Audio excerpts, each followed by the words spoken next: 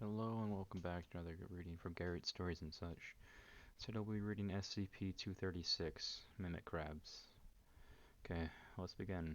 Item number SCP-236. Object Class Keter. Special Containment Procedures. Any and all materials leaving the containment area are to be scanned for any contamination by SCP-236. Any objects showing contamination by SCP-236 are to be immediately returned to the containment area and cleared of contamination. Personnel leaving the containment area must submit a full physical examination and X-ray. No objects are to be left in the containment area without personnel present. Any objects appearing in the containment area are not to be touched until cleared by supervising personnel. Blast doors are to be opened only to allow personnel in and out of the containment area. No sudden movement or aggressive action of any kind is allowed in the containment area. Containment area is to be kept as dark as possible with night vision goggles recommended for all interacting personnel. Should traditional light be necessary, lights must be turned on remotely and waiting one period of 1 hour is to be observed before entry will be allowed. Description: SCP-236 appears to be a swarm of near-microscopic crabs. Individuals match no known form of crustacean, and elements of their physiology appear to point to an artificial origin. See document redacted. SCP-236 appears to operate under a form of collective intelligence, or hive mind. This intelligence appears to grow when individual SCP-236 are in close proximity and dissipate when they are divided. Large swarms appear to exhibit predatory intelligence and become significantly more aggressive than individuals. Swarms show aptitude with problem-solving and encircling tactics and stealth. In addition, swarms are able to take on the physical aspects and appearances of inanimate objects, such as doors, chairs, or even complex patterns such as those found in paintings for extended period of times. This mimicry is near perfect under casual observation and requires detailed observation to detect. Swarms will sometimes even destroy existing objects and replace them in what appears to be an attempt at a better disguise.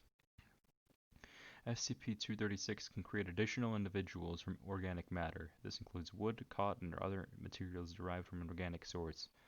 SCP-236 units appear to remove small portions of matter with their pincers, consume it, and they lay spherical eggs, which hatch into new members after 10 minutes. Juvenile SCP-236 look identical to adults but are smaller in size, and lack the chemicals used in defensive response.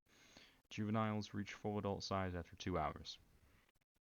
SCP-236 individuals appear to fear light, rapid movement, or loud noises. This fear is reduced in proportion to the number of units in a swarm, but even large collectives can be startled by a sudden sound or bright light. SCP-236 that are startled while mimicking an object will rapidly break apart in individual units, which will then scatter and hide. Swarm regrouping can take up to 24 hours. When cornered or unable to escape quickly, SCP-236 units will initiate their defensive response. This entails a unit raising its pincers and then detonated with an explosion equivalent to 9.07 kilograms or 20 pounds of C4 explosive. Initial research suggests that this is a result of an internal chemical reaction involving the mixing of 3 normally inert chemicals. Collection of these chemicals has been problematic due to the relatively minute size of the storage chambers and the likelihood of startling SCP-236 during the procedure. SCP-236 will use humans or any other living things as a resource. Provided the swarm is of sufficient size, moderate-sized swarms can convert a whole human into being in less than 5 minutes. Individual 236 have also been observed entering the human body, typically while the subject is asleep, and begin to consume it from the inside out. This behavior, coupled with mimicry and the defensive response, make SCP-236 very difficult to detect and contain effectively. Okay, addendum. While SCP-236 has not been observed to mimic organic life, the possibility exists for SCP-236 to develop this behavior. Notably, during testing with SCP-2366, when SCP-236 mimicked a brown bear and began to exhibit increased predatory behavior, and data expunged, such formations are to be immediately reported and tested area cleared immediately. Okay, that was a very short article. Very, very short.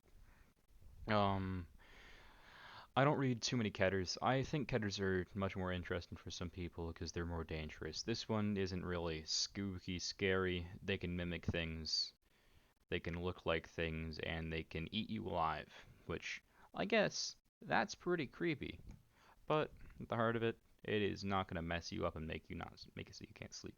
Well, thank you everybody for watching. Make sure to like and comment what you might want to see in the next video, and see you later.